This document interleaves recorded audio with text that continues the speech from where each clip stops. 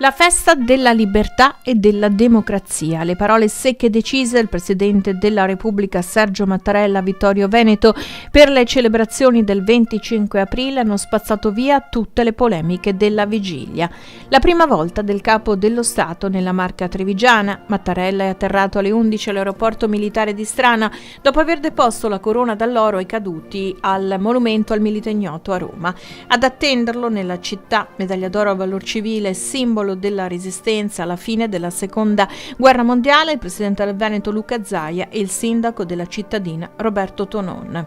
Un discorso lungo e articolato, quello del Capo dello Stato. Festeggiare il 25 aprile, giorno anche di San Marco, significa celebrare il ritorno dell'Italia alla libertà e alla democrazia dopo 20 anni di dittatura, di privazione delle libertà fondamentali, di oppressione e di persecuzioni. Significa, ha detto, ricordare la fine di una guerra ingiusta, tragicamente combattuta a fianco di Hitler, una guerra scatenata per affermare tiranni, volontà di dominio, superiorità della razza, sterminio sistematico.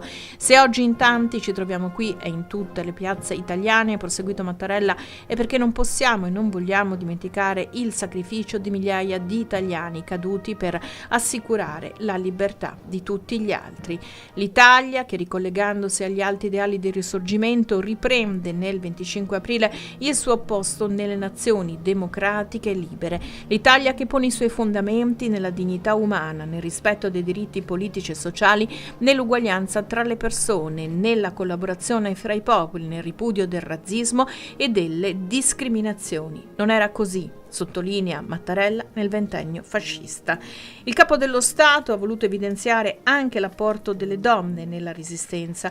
In Veneto furono staffette ma anche combattenti. Su di loro, se catturate, la violenza fascista si scatenava con terrificante brutalità, come le sopravvissute raccontarono del trattamento della Banda Carità, un gruppo di torturatori di inaudita ferocia che aveva sede presso Villa Giusti a Padova. Sono onorato di essere conterraneo di staffetta Gabriella, al secolo Tina Anselmi, dice Luca Zaia. Non ho mai avuto la fortuna di conoscerla personalmente, ma basterebbe leggere il suo curriculum per capire che dopo la resistenza si può fare una resistenza civile fatta di difesa della condizione femminile, dei diritti. Il presidente del Veneto ha parlato di fronte al Capo dello Stato al Teatro da Ponte di Vittorio Veneto nell'ambito delle celebrazioni appunto per il 74esimo anniversario del giorno della liberazione. Insieme poi Zaia e Mattarella si sono recati a visitare il Museo della Battaglia, una visita lampo ma intensissima, quella del Presidente della Repubblica che nel pomeriggio ha fatto rientro a Roma.